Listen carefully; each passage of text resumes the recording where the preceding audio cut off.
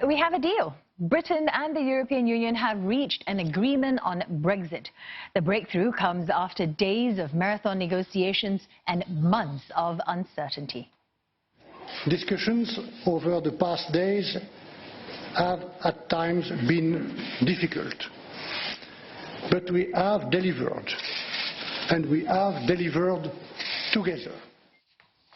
But it may not be all smooth sailing. A key ally of Boris Johnson, Northern Ireland's Democratic Unionist Party, declared less than 24 hours ago that it would not support compromises made on the Irish border issue.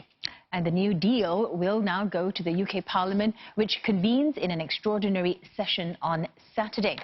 And to tell us more about this, we have live reports from both sides of the English Channel, Ollie Barrett in London and Mia Alberti in Brussels. But let's first start with you, Ollie. What do we know about this new deal?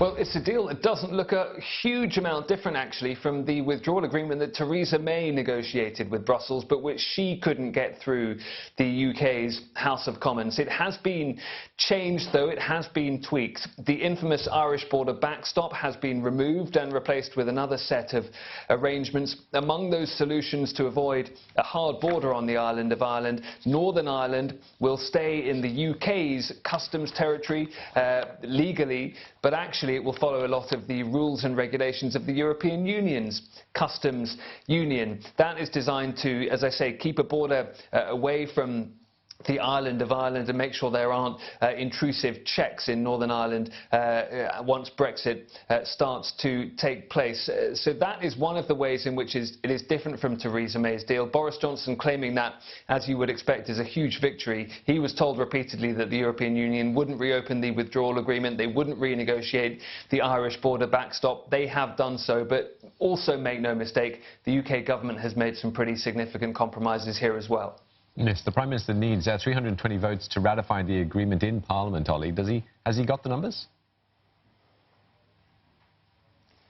It's going to be really, really difficult. We've just heard from the DUP of Northern Ireland confirming that they are not intending to vote for this deal when we see a vote likely on Saturday in Westminster. So that makes it really difficult for Boris Johnson to get to the numbers he needs. He will be spending the next couple of days trying to persuade as many lawmakers from his own party, from the opposition parties as well, to back his deal. He also is going to try and persuade the European Union to say that this is the last chance really for Britain. If this deal isn't voted for, there won't be another one coming. Whether the European Union goes along with that is something that remains to be seen. But if Boris Johnson fails in this vote, if he fails to get this vote through the House of Commons, then what you would expect is that at some point in the not too distant future we will have an election here in the UK in which Boris Johnson will campaign on the basis of the deal that he has just won from the European Union. All right, thanks for that. Ollie Barrett speaking to us in London. Now let's head over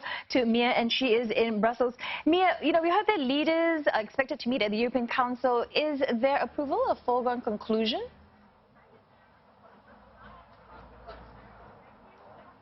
I think the feeling now is of relief almost.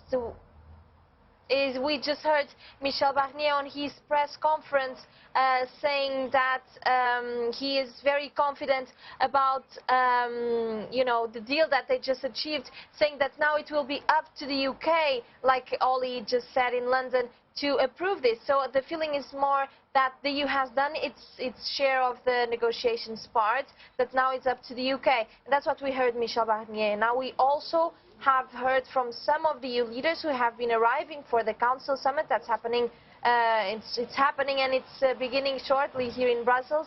We heard Emmanuel Macron, the French president, saying that it was good news, this new deal. We also heard Donald Tusk saying that, he's a Remainer, so he would prefer no Brexit, but that a deal is better than a no deal.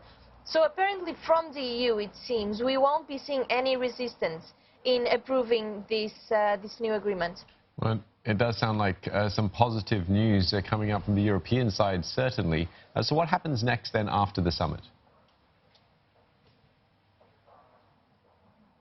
Well, after the summit, we are going to see this deal going into the hands of London, and like Ollie just mentioned, it will be a hard position for Boris Johnson. We are seeing several reactions from both sides of the aisle there that seem to be not very happy about this deal. You know, we are seeing his advisors and members of cabinet very happy, but then we are seeing the Labour Party saying they won't vote for the deal, the DUP saying they won't vote for the deal. The Scottish National Party also says that they will not approve this new agreement. And so things are looking a bit bleak, but it seems like Boris Johnson will be lobbying today in Brussels. He just arrived here in Brussels. He will be lobbying for the European Union, for the European Commission, not to accept an extension if it comes to it.